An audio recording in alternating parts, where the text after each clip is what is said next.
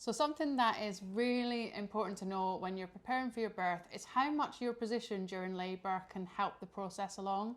It's really important that you do what you can to facilitate that birth process by moving your body to help your baby to exit your body. Lots of people, when they come to give birth or when they think about birth, will think about laying on our backs. And the reason being is because of what we've been shown our whole lives. Think about programs like Friends. What other programs are there? There is that movie with Knocked Up. All these things, they are always on their back. They are always on the back, feet in stirrups, screaming. And this is the reason why most people think that's how we give birth, right? On our backs. Actually, giving birth on your back can be detrimental to your birth. It can mean that things go a lot slower, there's more chance of interventions, and really we should be working with gravity and moving more in our birth to allow birth to happen easier.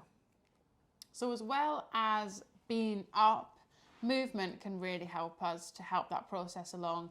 Birth can be seen as a bit of a dance between you and the baby, and the more that you move, the more you assist baby in being able to move down towards the exit. And it's important that you try and keep that movement going, even if you're perhaps restricted by certain monitoring that you've chosen. Even things like epidural mean that often we think that we have to be on our back if we've had an epidural, but there are ways that we can be assisted to move from side to side with an epidural, or get up onto our knees and lean over the back of the bed, things like that. With monitoring, we can remain close to the monitors, but still be perhaps standing and swaying at the side of the bed, or lowering the bed right down and getting onto all fours and doing a bit of rocking back and forth. There are loads of things that we can do to just keep a little bit of movement going to facilitate the movement of the baby through the pelvis, and just make sure that it's easy for our baby to get through and more comfortable for our body as well. So we've got a little demo here where we can show you the impact of actually laying on your back, what that can have on your birth and your baby's ability to exit you. And we can show you how much more room you create in your pelvis when you are upright and you are moving around. So this is a model of a female pelvis, as you can see. And what we are going to do is show you first what happens when you're laying down. So let's imagine my arm, my hand here is a bed. And if a baby, would you like to pass me the baby, Alex? And the baby is trying to exit. Now what happens is baby will have a harder time exiting, because if you can see the tailbone here, it's in the way. It's going to struggle to come out. Whereas actually, if you are upright, this beautiful tailbone here actually can move. So, and gravity helps as well. So tailbones, they have got the ability to move in and out. And when you are upright, your tailbone will move out when baby's pressure is in the right place, when the birth is at the right point, it will move out. But when you are laying flat, it doesn't. And you can lose up to 30% of the room in your pelvis when you are birthing, laying on your back, and you're not working with gravity. So your body is trying to push baby that way. Whereas when you are upright, baby can just come through, and gravity is going to help. The fact that that can move has helped. So finding positions where you can be upright and you can still be comfortable like that. Also, if you are wanting to lay down, just don't lay on your back, lay on your side. You can lay on your front with your arms on a birth ball, for example. There's so many positions you can do that do not mean that you have to be on your back.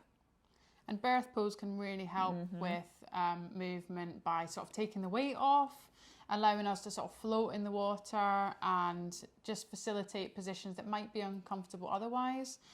Lots of pillows, things like that, can really help to maybe prop our legs up and things. If we are laying on our side on a bed, we could put a load of pillows between our knees to try and get that nice open pelvis and give the tailbone some room to move at the back. Yeah. There are loads of things that we can do, and it just requires a little bit of thought, either beforehand and during your labour as well, with perhaps reminders and prompts from your birth partner, so that we don't just default to what we've seen all our lives, which is that lying on the back and being very still.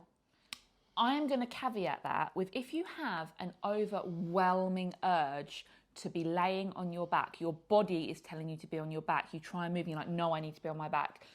go with that, because there is probably a reason. Some people find if they've got a back-to-back baby that they find being on their back an actually easier position to birth in. Now, you won't know that until you're there and you are following your instincts. Go with it. Don't just think, oh, I shouldn't be on my back, so I don't want to be on this. If you want to be on your back, be on your back. You need to follow your own instincts. There's many birthing positions that are really, really great, but the best birthing position is the one that your body naturally wants to go into. So listen to it. Listen to what your body is telling you, because it's usually telling you that for a reason. And that's something that we might not perhaps understand before we're actually there, but people can really feel like they had this overwhelming urge to rock back and forth, or like they felt like they were doing something a bit odd, but it just couldn't stop. Things like when people really suddenly become very uncomfortable when they're on their back, that's like their body telling them that that's not the optimal position for them to be in. And so if your body is saying, you know, actually I find things harder to cope with when I'm lying on my back, get up and try a different position. Anytime where you're feeling uncomfortable, your birth partner could just perhaps prompt you to try something else to see if that improves things for you. So if you have found that useful, don't forget to like, subscribe to our channel. We put out videos weekly. If you've got any requests for videos, something you want to know, let us know in the comments. We are always up for recording something that somebody really desperately wants to know about. And yeah, come and follow us on Instagram @TheBirthUprising, where we talk loads of birthy shit all the time and just fanny about, really. So yeah, in a bit. See you later.